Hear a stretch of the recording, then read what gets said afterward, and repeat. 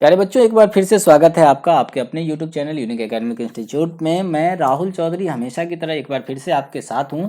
और अभी हम लोग जो कर रहे हैं तो वो आपकी जो कक्षा 12वीं की हिंदी है, दिगंत भाग 2, उसके काव्य खंड का भावार्थ हम लोग कर रहे हैं। और इसी क्रम में आज हम लोग करने वाले हैं 7वां काव्य जो है, शीर्षक है पुत्र वियोग। तो पुत्र वियोग का भावार्थ आज हम लोग करने वाले हैं। और पुत्र वियोग सुभद्रा कुमारी चौहान जी के द्वारा रचित है। सुभद्रा कुमारी चौहान की यह रचना शीर्षक पुत्र वियोग, शीर्षक जो है पुत्र वियोग, ये एक काफी मार्मिक शीर्षक दिखाई देता है। इसको हम लोग अभी पढ़ने वाले हैं। और जैसा कि हमेशा हम लोग करते हैं कि किसी भी रचना को पढ़ने से पहले उसके जो रचनाकार होते हैं, जिसके कवि होते हैं, उनकी बात करते हैं। तो आज भी पहले हम लोग बात करने वाले हैं कवित्री सुभद्रा कुमारी चौहान की। हम इनके बारे में बात करें इससे पहले हम आपसे ये उम्मीद करेंगे कि अगर आपने अब तक इस चैनल को सब्सक्राइब नहीं किया है तो प्लीज़ इसको सब्सक्राइब कर ले, क्योंकि यहाँ आपको मिलने वाले हैं बिहार बोर्ड 12वीं के हिंदी और अंग्रेजी के सभी वीडियोज़। इस वर्ष अंग्रेजी के सभी वीडियोज़ लगभग आपको उपलब्ध करा दिए गए हैं, जो आप प्लेलिस्ट में देख सकते हैं। और हिंदी के काव्य खंड का भी यह 7वां वीडियो आपके पास उपस्थित है, तो जिसका भावार्थ हम लोग अब करने जा रहे हैं। और साथ ही साथ हमारा प्रयास होता है कि जो ऑब्जेक्टिव क्वेश्चंस हो वो भी हम यहीं पे सॉल्व कर ले, ताकि आपको परीक्षा में किसी प्रकार की कोई दिक्कत नहीं हो। तो चलिए बात करते हैं कवित्री सुभद्रा कुमारी चौहान की। तो सुभद्रा कुमारी चौहान जी का जन्म 16 अगस्त 1904 को इलाहाबाद के संयुक्त प्रांत, जो आगरा व अवध ब्रिटिश भारत के प्रेसिडेंसी और प्रांत में आता था, जो ब्रिटिश भारत के अधीन था। 1904 यानी प्रतंत्र भारत में इनका जन्म हुआ था 16 अगस्त 1904 को इलाहाबाद में। और इनका निधन 15 फरवरी 1948 को 43 वर्ष की अवस्था में जो हुआ सिवनी में, यानी भारत के सिवनी क्षेत्र में इनका जन्म हुआ, मृत्यु हुई थी इनकी। तो प्रतंत्र भारत में जन्मी सुभद्रा कुमारी चौहान और स्वतंत्र भारत में इनका निधन हुआ था 43 वर्ष की अवस्था में। व्यवसाय इनका कुछ था नहीं, ये कवित्री ही थी। अगर जन्म स्थान की बात की हमने तो कहा कि इलाहाबाद यानी उत्तर प्रदेश में एक स्थान था निहालपुर, वहाँ इनका जन्म हुआ था। इनकी माता का नाम श्रीमती धीराज कुंवड़ी और पिता का नाम ठाकुर रामनाथ सिंह था। सन 1919 में इनका विवाह ठाकुर लक्ष्मण सिंह चौहान से खांडवा मध्य प्रदेश में हुआ। और लेखिका के पति अंग्रेजी सरकार द्वारा जब्त कूली प्रथा और गुलामी का नाश नामक नाटकों के लेखक, एक प्रसिद्ध पत्रकार यानी रचनाकार, अच्छे स्वतंत्रता सेनानी और कांग्रेस के सक्रिय नेता भी थे। यानी इनके प्रति लक्ष्मण सिंह चौहान जो अंग्रेजों द्वारा जो नाटक जब्त कर लिया गया था, जिसका शीर्षक था कूली प्रथा और गुलामी का नशा, उसके लेखक थे। एक प्रसिद्ध पत्रकार थे, एक अच्छे स्वतंत्रता सेनानी थे और कांग्रेस के सक्रिय नेता भी थे। लेखिका की आरंभिक शिक्षा क्राफ्टवेथ गर्ल्स स्कूल इलाहाबाद से हुई, जहां इनके साथ प्रसिद्ध कवित्री महादेवी वर्मा भी थी। इनके पश्चात वाराणसी में थियोसोफिकल स्कूल में 9वीं कक्षा के बाद अधूरी शिक्षा छोड़कर असहयोग आंदोलन में ये कूद पड़ी। 9वीं कक्षा के बाद यह असहयोग आंदोलन में महात्मा गांधी जी के साथ जुड़ गई। छात्र जीवन से ही इन्हें काव्य रचना की भी अभिरुचि थी। आगे चलकर एक अच्छी कवित्री और साहित्यकार के रूप में इन्होंने अपनी पहचान बनाई है।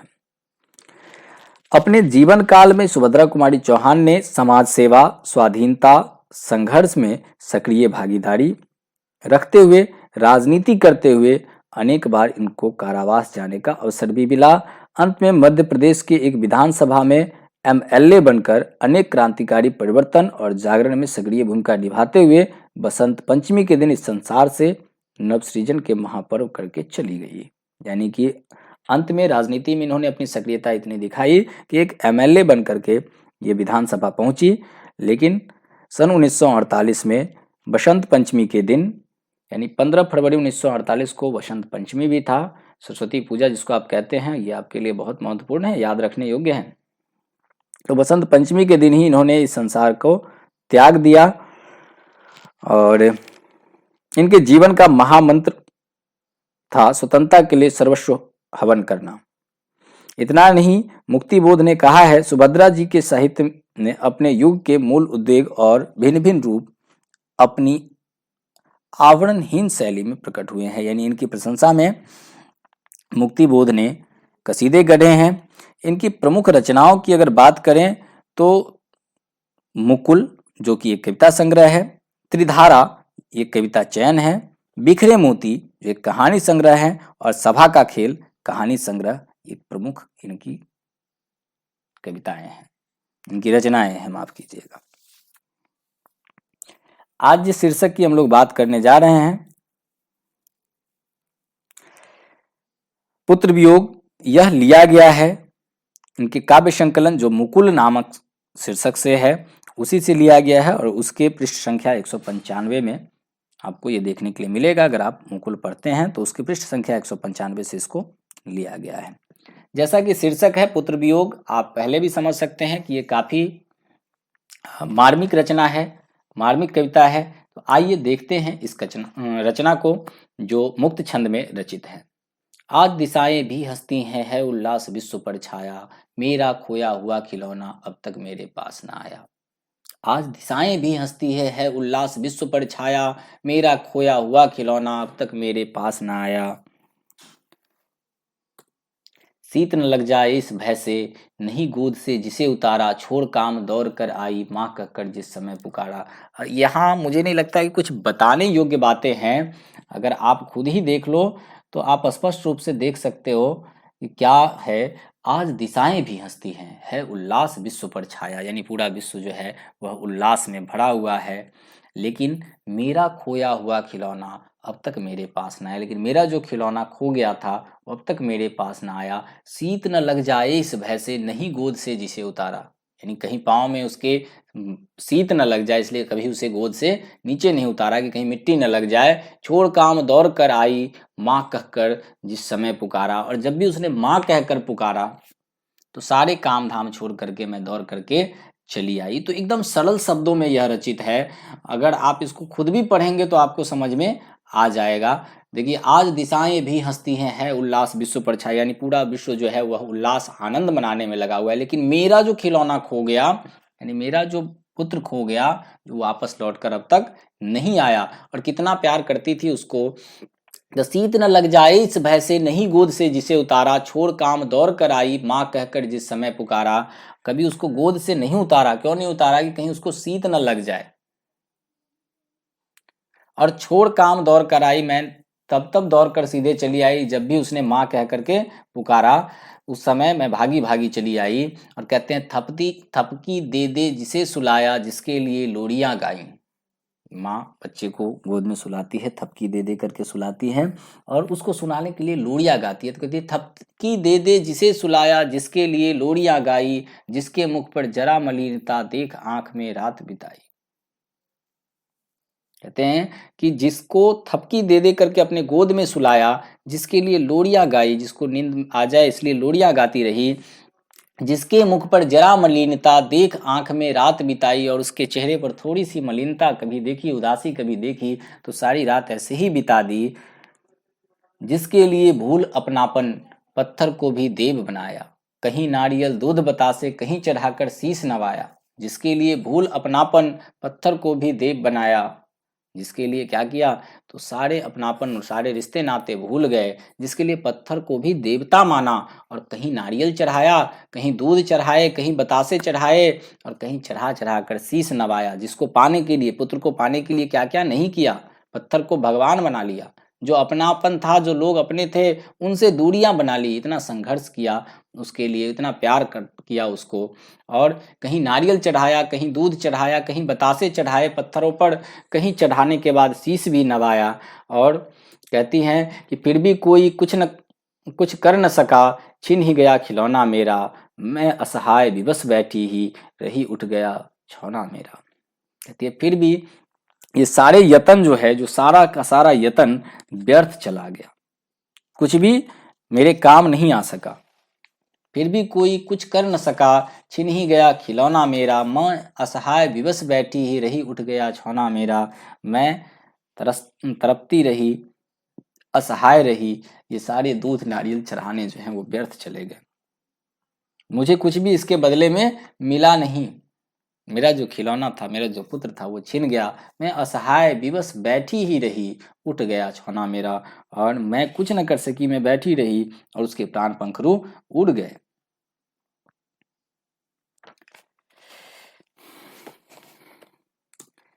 तड़प रहे हैं विकल प्राण ये, मुझको पल भर शांति नहीं है, वह खोया धन पा न सकूंगी, इसमें कुछ भी भ्रांति नहीं है। कहते हैं तड़प रहे हैं विकल प्राण ये, व्याकुल हृदय जो है या प्राण जो है वो तड़प रहे हैं, मुझको पल भर के लिए भी शांति नहीं मिलती है, पल भर भी मेरा मन कहीं नहीं लगता है, मैं इतनी व्यथित हूँ, मैं इतनी विकल हूँ, और वह खोया धन पा न सकूंगी, इसमें कुछ भी भ्रांति नहीं है। मैं जानती हूँ कि जो धन मेरा खो गया है, जो मेरा पुत्र खो गया है, उसे अब दोबारा प्राप्त नहीं किया जा सकता, इसमें कोई भ्रम नहीं है। कहते हैं फिर भी रोता ही रहता है, नहीं मानता है मन मेरा, बड़ा जटिल नीरस लगता है, सूना सूना जीवन मेरा। और कहती हैं कि फिर भी रोता ही रहता है ये मन, नहीं मानता है। जाहिर सी बात है, कोई व्यक्ति अगर अपने पुत्र को खो दे तो वो चाहे सांत्वना के 1000 शब्द कम पड़ जाएंगे, लेकिन उसकी व्यथा कम नहीं होगी। जब तक जीवन रहेगा एक माँ अपने पुत्र को निश्चित ही याद करती रहेगी। तो वही कह रही हैं कि मैं जानती हूँ कि अब वो लौट कर नहीं आएगा, फिर भी रोता ही रहता है, नहीं मानता है मन मेरा, बड़ा जटिल है नीरस लगता, सूना सूना जीवन मेरा।